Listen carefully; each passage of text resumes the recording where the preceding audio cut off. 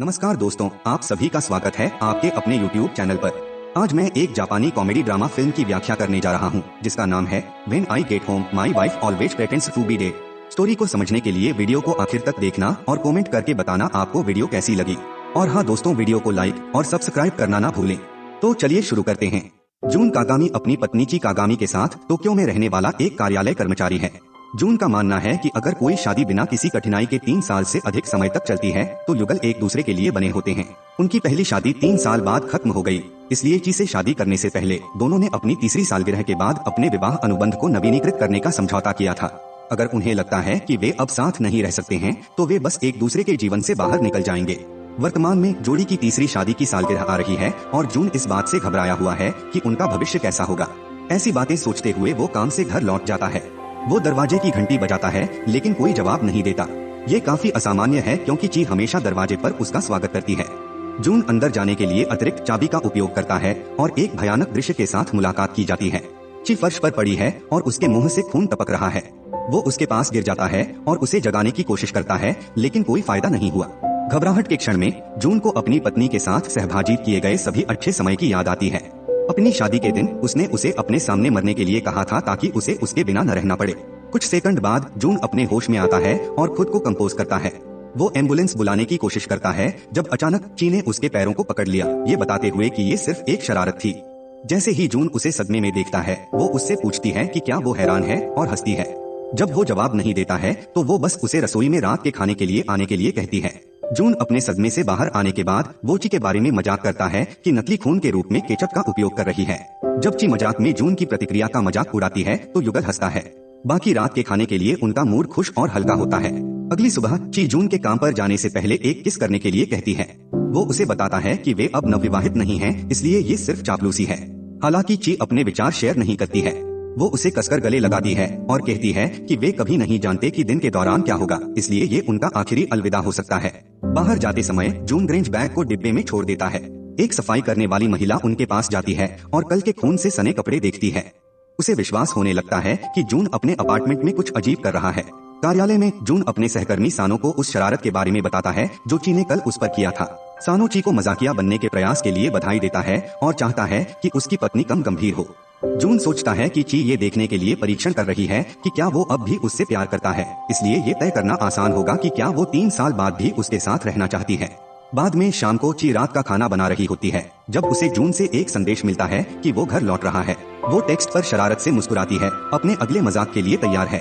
कुछ मिनट बाद जून अंदर आता है और देखता है कि उसकी पत्नी एक यथार्थवादी मगरमच्छ के मुंह के अंदर अपने सिर के साथ फर्श पर पड़ी है। वो जानवर द्वारा खाए जाने का नाटक कर रही है। जून उसे बचाने के लिए उसके मुंह से बाहर निकालता है। वो नाटकीय रूप से अपने पति को उसकी जान बचाने के लिए धन्यवाद देती है और कहती है कि उन्हें अब रात का खाना खा लेना चाहिए। उसके बाद ची हर दिन मौत का खेल जारी रखती है, प्रत्येक शरारत के साथ और अधिक रचनात्मक होता जा रहा है। एक दिन वो एक नौकरानी होने का नाटक करती है जो एक संघर्ष में फंसने के बाद मर गई। उसके बाद वो दुश्मनों द्वारा गोली मार दी गई एक फंसी हुई सिपाही है। लेकिन जो चीज जून को सबसे ज्यादा प्रभावित करती है वो तब होती है जब वो अपने सिर के माध्यम से एक तीर से गोली मारने का नाटक करती है। वो रचनात्मकता की तारीफ करता है, हालांकि समय बीतने के साथ साथ वो शरारतों से परेशान होता जा रहा है। जून समझ नहीं पा रहा है कि वो ऐसा क्यों कर रही है और तीसरी वर्षगांठ के साथ ये उसे और भी अधिक चिंतित करता है। एक दिन वो फिर से कचरा डंप कर रहा है जिसमें अब ज्यादातर प्रॉप्स होते हैं जो ची मृत होने का नाटक करने के लिए उपयोग करता है। सफाई करने वाली महिला बैग के माध्यम से जाती है और खून से सना चाकू पाती है। वो सबके सामने एक सीन करती है और शांत तभी होती है जब जून उसे समझाता है कि खून केचप है। वो फिर से अपने सहकर्मी सानो को अपनी बेचैनी व्यक्त करता है जो सुझाव देता है कि वो कुछ दिनों के लिए ची को उसके माता पिता के घर भेज दे। जैसे ही वे बात करते हैं जून उसे बताना शुरू कर देता है कि वो पहली बार ची से कैसे मिला और उसे जानता था। वो एक व्यावसायिक बैठक के लिए शिजुओका में थे लेकिन घर वापस जाने के लिए उनकी बस छूट गई। ची ने उसे अपने पीछे दौड़ते देखा और उसे अपने पिता के रेस्तरां में आमंत्रित किया। वो एक सुंदर युवा लड़की थी लेकिन उसके हंसमुख व्यक्तित्व ने जून का ध्यान खींचा। महज 5 साल की उम्र में उनकी माँ का देहांत हो गया था लेकिन उन्होंने अपना दुख लोगों के सामने कभी नहीं आने दिया। जाने से पहले उसने उसे बताया था कि उसकी इच्छा टोक्यो में मोंट सेंट क्लेयर से मिठाई खाने की है और कुछ समय बाद उसने उसे शहर में आमंत्रित किया। अनोखी प्रेम कहानी से सानो सुखद आश्चर्यचकित है। उस दिन जून घर लौटता है ये देखने के लिए कि ची ने मध्ययुगीन काल से खुद को एक पुराने सैनिक में बदल दिया है जो युद्ध में मारे गए थे। उसने कई तीरों का इस्तेमाल किया है क्योंकि जून ने आखिरी बार उसकी प्रशंसा की थी। वो साथ खेलता है और उसकी मौत से दुखी होने का नाटक करता है। लेकिन जब वो अपने द्वारा पहनी गई पोशाक पर मूल्य टैग देखता है तो उसे अब और नाटक करने की जरूरत नहीं है। अगले दिन वो सानो से कहता है कि वो मजाक के साथ खेलने जा रहा है, ये देखने के लिए कि क्या वो उन्हें मजाक करना बंद कर देगी। इसलिए जब वो घर लौटता है और नकली एलियंस द्वारा उसका अपहरण होते देखता है तो वो अपने जीवन का सर्वश्रेष्ठ प्रदर्शन करता है और उनसे लड़ता है। हालांकि ये ची को नहीं रोकता है, इसके बजाय वो उसे बेहतर प्रदर्शन करने के लिए कहते हुए एक विस्तृत स्किट तैयार करती है। एक बार वो एक मृत पिशाच होने का दिखावा करती है जिसे अपनी छाती पर खंजर निकालकर पुनर्जीवित करना होता है, जैसा स्किट कहता है जून करता है और इस प्रक्रिया में उसके द्वारा काट लिया जाता है। उसके बाद वो जूलियट होने का दिखावा करती है जिसे रोमियो की मदद की जरूरत होती है ताकि वो मरे हुओं में से पुनर्जीवित हो सके। पिछली बार की तरह जून ऐसे काम करता है जैसे वो शोक कर रहा है और उसे वापस जीवन में लाता है। काम पर वो अब ध्यान केंद्रित नहीं कर सकता और घर लौटने से लगभग डरता है। सानो को अपने काम के दोस्त के प्रति सहानुभूति है। उसे सिर्फ एक दिन के लिए मजाक से बचने के लिए वो जोड़े को अपनी पत्नी के साथ रात के खाने पर आमंत्रित करता है। वे सभी दिन के अंत में एक रेस्तरां में मिलते हैं। सानो की पत्नी युमिको भी उनके साथ है। बात करते हुए ची से पूछा जाता है कि उसने जून से शादी करने का फैसला क्यों किया। एक फ्लैशबैक हमें दिखाता है कि रेस्तरां में मिलने के बाद ये जोड़ी टोक्यो में भी मिली थी।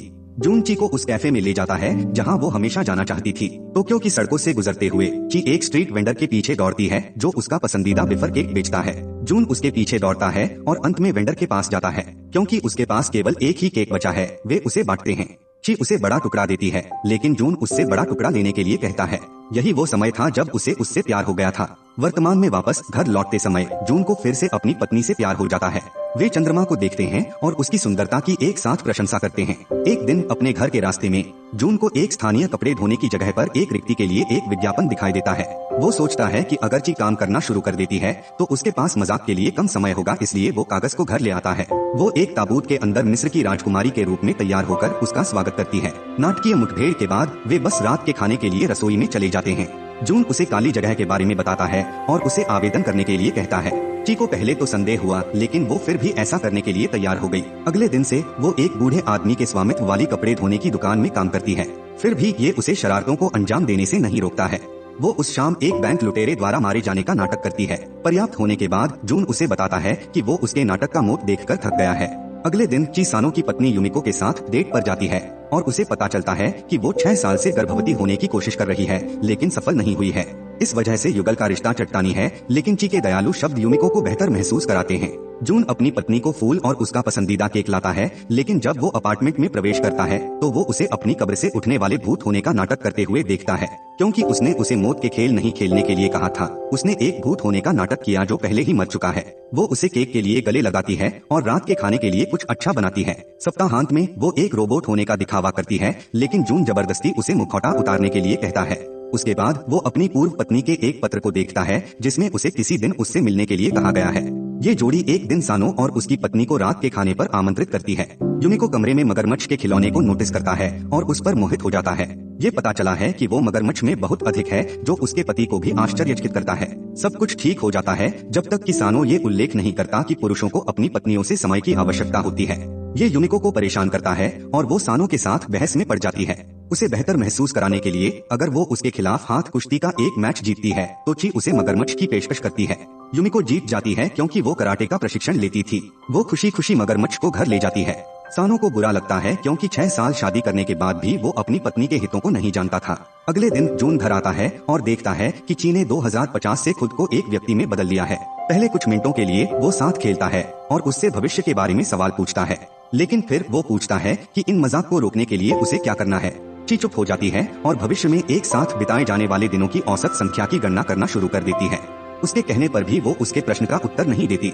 कुछ दिनों बाद युमिको ची को बताती है कि उसने और सानो ने अलग होने का फैसला किया है। वो ची को उसकी सराहना का एहसास कराने के लिए धन्यवाद देती है। उसकी वजह से दंपति एक दूसरे से अपनी भावनाओं के बारे में बात करने में सक्षम थे। कहीं और जून और सानो मामले के बारे में बात करने के लिए एक रेस्तरां में जाते हैं। सानो का कहना है कि तलाक उन दोनों के लिए एक अच्छा निर्णय है क्योंकि युमिको एक अधिक चौकस साथी का हकदार है। जून ने ये भी खुलासा किया कि उसकी पूर्व पत्नी एक बार 2 सप्ताह के लिए गायब हो गई और ये कहते हुए वापस आई कि वो तलाक चाहती है। रात के अंत तक वो बहुत नशे में है, इसलिए ची उसे उठा लेती है। अगले दिन उन्हें ची के पिता के दिल का दौरा पड़ने के कारण अस्पताल में होने की खबर मिलती है। वे जल्दी से उसके होम टाउन जाते हैं और उसके पिता से मिलते हैं जिसे बचा लिया गया है। ची उससे मिलती है लेकिन बाद में अपने आंसुओं को नियंत्रित नहीं कर पाती है। जब वो कमरे में नहीं होती है तो उसके पिता जून को बताते हैं कि वो अपनी माँ की मृत्यु के बाद से रोई नहीं है।